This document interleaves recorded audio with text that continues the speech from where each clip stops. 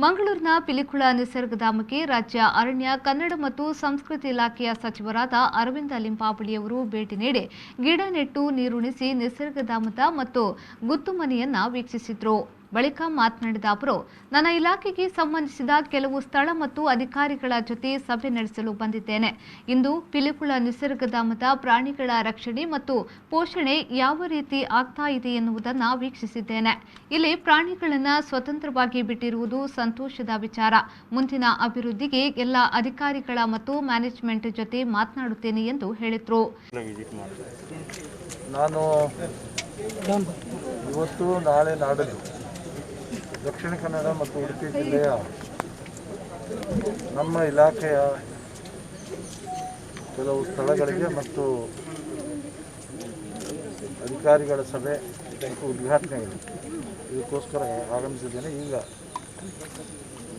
ಮೂಡುಬಿದಿರೆಯ ನಮ್ಮ ಜನಪ್ರಿಯ ಶಾಸಕರಾದಂಥ ಉಮಾನಾಥ್ ಕೋಟ್ಯಾನ್ ಅವರ ಕ್ಷೇತ್ರದಲ್ಲಿರುವಂಥ ಪಿಲಿಕುಳ ಇದರ ನಿಸರ್ಗಧಾಮಕ್ಕೆ ನಾನು ಭೇಟಿ ಕೊಟ್ಟಿದ್ದೇನೆ.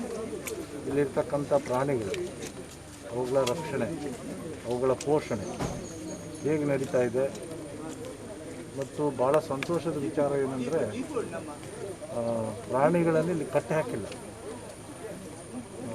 ಕಾಡಿನ ಪ್ರದೇಶವನ್ನು ಕ್ರಿಯೇಟ್ ಮಾಡಿ ಅಲ್ಲಿ ಅವುಗಳನ್ನು ಫ್ರೀಯಾಗಿ ಬಿಟ್ಟಿದ್ದಾರೆ. ಒಂದು ದೊಡ್ಡ ಪ್ರಾಣಿ ಸಂಗ್ರಹಾಲಯ ಅಂತ ಹೆಸರು ಪಡೆದಿರ್ತಕ್ಕಂಥ ಪಿಲಿಕುಳ.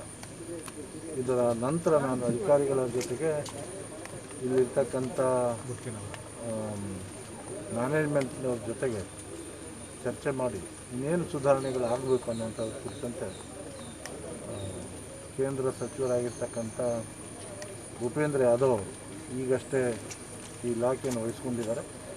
ಅವ್ರಿಗೂ ಕೂಡ ಇಲ್ಲಿಯ ಅಭಿವೃದ್ಧಿಯ ಬಗ್ಗೆ ಆಗಿರುವಂಥ ಬೆಳವಣಿಗೆಗಳ ಬಗ್ಗೆ ಹಂಚಿಕೊಳ್ತೇನೆ.